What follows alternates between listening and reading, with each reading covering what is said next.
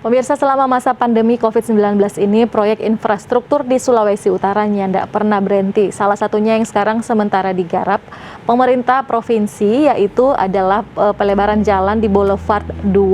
Cuma sekarang ini ada hambatan sedikit karena ada belasan keluarga di Molas Laikit, Kecamatan Bunaken yang nyandak terima atau menolak dorang kuburan keluarga mau dibongkar.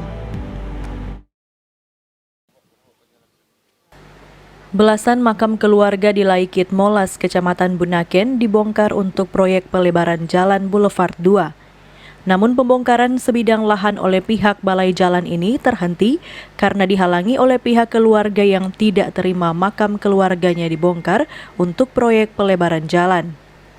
Selaku keturunan keluarga besar Baginda, Asnat Baginda mengaku keberatan dengan pembongkaran tersebut karena merasa tidak pernah mendapatkan informasi terkait rencana pembongkaran ini.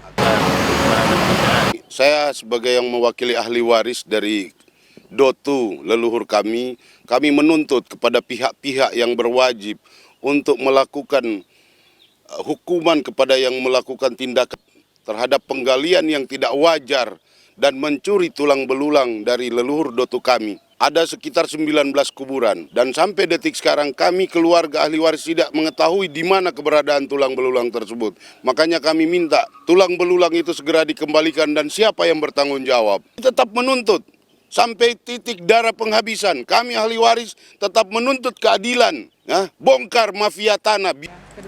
Sementara itu, Kadis Perkimtan Sulut, Steve Keppel mengaku kegiatan tersebut sudah sesuai dengan mekanisme yang ada. Pihaknya sudah melakukan pemberitahuan di berbagai pihak dan juga melalui media massa. Menurutnya, pihak Perkimtan belum menerima laporan keberatan apapun dari pihak yang merasa keberatan dengan pembongkaran makam tersebut. Tidak mencantumkan di sertifikat hak milik itu ini adalah kuburan. Karena sertifikat hak miliknya tidak mencantumkan ada kuburan di situ. Kalau dalam sertifikat itu ada deliniasi, ada pencantuman kuburan, ya kita tidak akan bayar bagian tanah di situ. Tapi karena memang alas saksi itu bilang sertifikat hak milik, ya kita bayar.